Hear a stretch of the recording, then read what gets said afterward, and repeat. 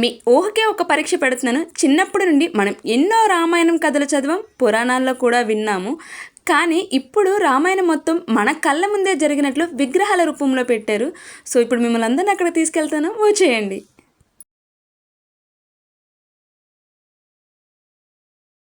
Hi అండి, అందరికీ నమస్తే.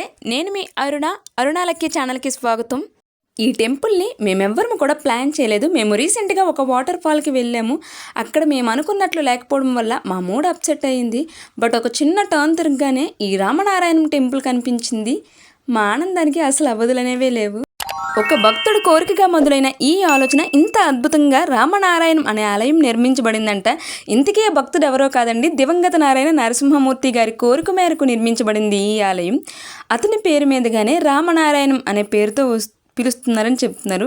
సో ఇక్కడికి వచ్చేసి టికెట్స్ వచ్చేసి డే టైం కంటే night time ticket price 20 rupees extra collect చేస్తారు.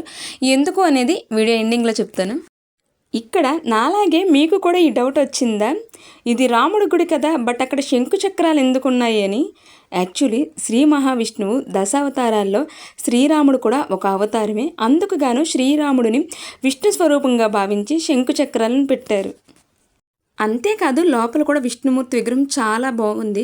బట్ అక్కడ నాకు వీడియో తీయడం అనేది కుదరలేదు. సో ఇక్కడ గేట్ నుండి ఎంట్రన్స్ అవ్వగానే స్ట్రైట్గా మొదటి పూజలు అందుకునే వినాయకుడి గుడి ఉందండి. చాలా అంటే చాలా బాగుంది.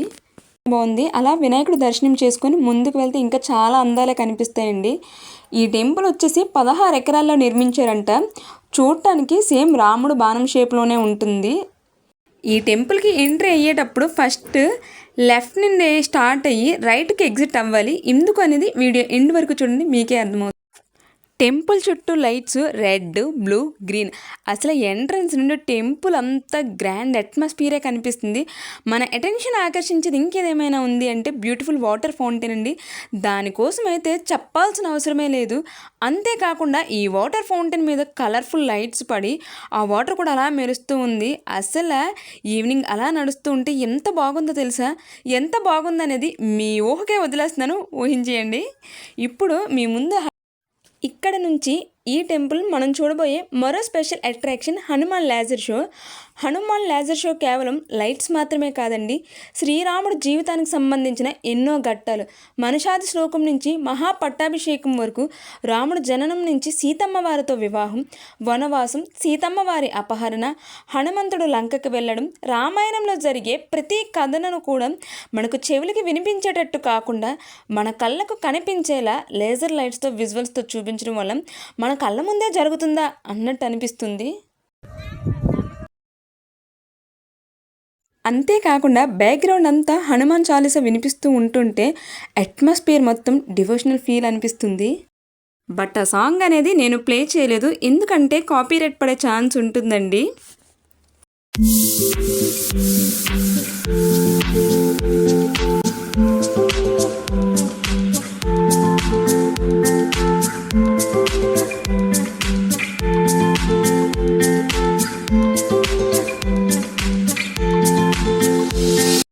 మీకు వీడియో స్టార్టింగ్లో ఒక మాట చెప్పాను, గుర్తుంది కదండి. మీరు టెంపుల్కి స్టార్ట్ అయ్యేటప్పుడు లెఫ్ట్ నుండి స్టార్ట్ అవ్వడం వల్ల మీకు ఒక యూజ్ ఉంటుందని. యాక్చువల్లీ లెఫ్ట్ నుండి స్టార్ట్ అవ్వడం వల్ల ఏంటంటే మీకు ఈ టెంపుల్లోనే విగ్రహాల రూపంలో పెట్టారు. అది రాముడు జననం నుండి మీకు ఇక్కడ కనిపిస్తూ ఉంటుందన్నమాట. అంతేకాకుండా ఆ విగ్రహాల వెనుక జరిగిన స్టోరీ ఏంటనేది కూడా క్రింద మీకు రాసి ఉంచారండి. ఇక్కడ ఇంకో ఇంట్రెస్ట్ విషయం ఏంటంటే ఇక్కడ వీడియోలు కూడా తీయకూడదని చాలా స్పష్టంగా పెట్టారు. బట్ చాలా డేరింగ్ చేసి నేను మీకు చూపిస్తున్నాను. ఇందులో నా స్వార్థం కూడా ఉందిలేండి.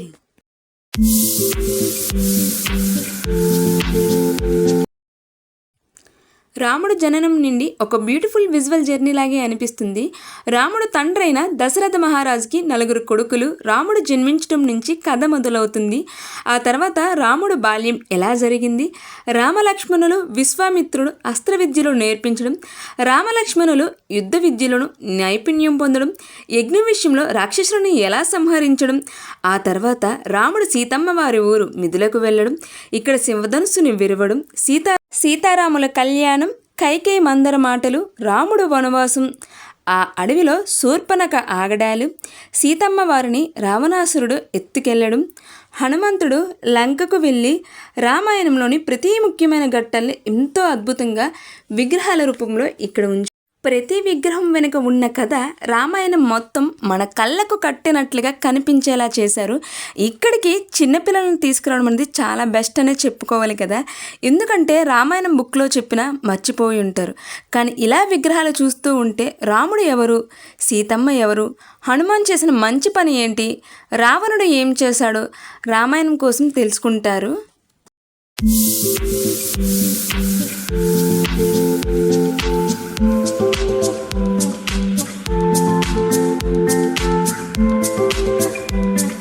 రావణుడు సీతమ్మను ఎత్తుకెళ్లడం, శ్రీరాముడు సీతమ్మను వెతకడం, హనుమాన్ ఉంగరం తీసుకెళ్లడం, రామసేతును నిర్మించడం, ఇలా అనేక ఘట్టాలు మన కళ్ళ ముందు జరిగినట్లు అనిపిస్తుంది కదా.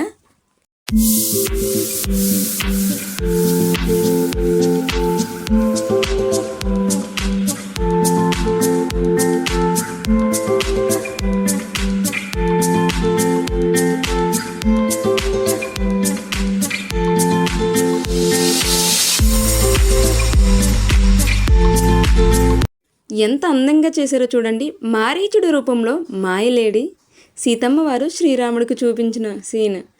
నెక్స్ట్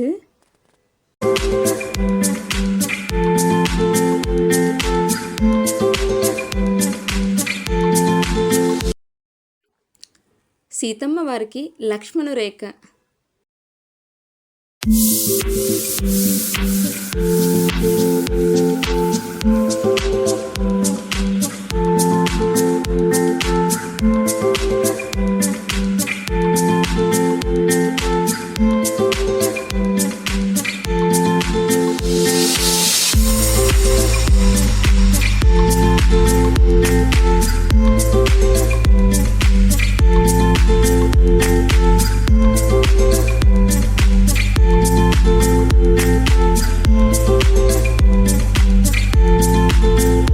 రామాయణంలోని అత్యంత విషాదకరమైన ఘట్టం రావణుడు వేషం మార్చుకొని సీతమ్మ దగ్గరికి రావడం, సీతాపహరణ ఘట్టం. ఎంత బాధాకరమో కదా ఇది.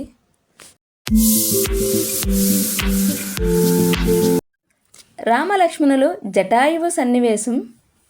ఇంకా నెక్స్ట్ వచ్చేసి శబరి ఇచ్చిన ఆతిథ్యాన్ని స్వీకరించిన రామలక్ష్మణులు. ఒక భక్తుడికి భగవంతునికి సంబంధించిన ఘట్టం ఇది. శ్రీరాముడికి మంచి భక్తుడు ఎవరైనా ఉన్నారంటే అందరికీ తెలిసిందే కదా, హనుమాన్. సో అవి చూడండి ఎంత బాగా చెక్కారో విగ్రహాల్ని. ఇంకా నెక్స్ట్ సీన్ వచ్చేసి అశోకవనంలో బందీగా ఉన్న సీతమ్మను రావణుడు బెదిరించడం, సీతమ్మ గారు హనుమాన్కి ఉంగరం ఇవ్వడము, ఇలాగా అనేక ఘట్టాలన్నిటినీ కూడా ఎంతో అద్భుతంగా తీర్చిదిద్దారు కదా. ఇక్కడ హనుమాన్ భక్తి నుండి అలాగే లంకా దహనం వరకు కూడా చాలా బాగా నిర్మించారు. నెక్స్ట్ వచ్చేసి వానరులు రామసేతులను నిర్మించడం. అసలు ఇక్కడున్న విగ్రహాలను చూస్తుంటే ఏదో ఒక స్టాచ్యూలో అయితే అస్సలు అనిపించడమే లేదు కదా. ఆ విగ్రహాల్లో ఉన్నా కూడా ఫేస్ ఎక్స్ప్రెషన్ మీరు ఒకసారి చూసారా ఎంత బాగా చేశారో. ఆ సమయంలో జరిగిన ప్రతి చిన్న సంఘటన కూడా విగ్రహాల రూపంలో ఏర్పాటు చేశారు. అసలు చూడండి, రాముడు ప్రశాంతత, హనుమాన్ శక్తి, రావణుడికి ఉండే ఆగ్రహం మన కళ్ళకు కనిపించేలాగా విగ్రహాలు భావోద్వేగాలను కూడా ఏర్పాటు చేశారు.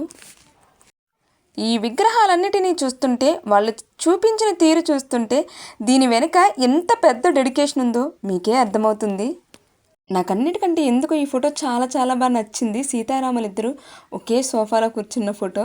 ఇక్కడ వచ్చేసి సుదర్శన చక్రం పైనుండి చూస్తే బగబగ మండునట్టు అనిపిస్తుంది, కిందని చూస్తే ప్రశాంతమైన గోశాల. చాలా బాగుంది కదా. శ్రీరాముడు, సీతమ్మ, లక్ష్మణ, హనుమాన్ చాలా ప్రశాంతంగా అనిపించింది కదా.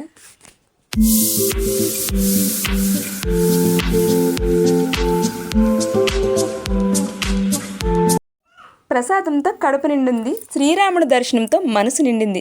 ఇక ఈ మధురమైన జ్ఞాపకాలతో ఇంటికి దారిపట్టం. ఆ శ్రీరాముడు ఆశీస్సులు మీకు, నాకు, మన కుటుంబాలపైన ఎల్లవేళలా ఉండాలని మనస్ఫూర్తిగా కోరుకుంటున్నాను.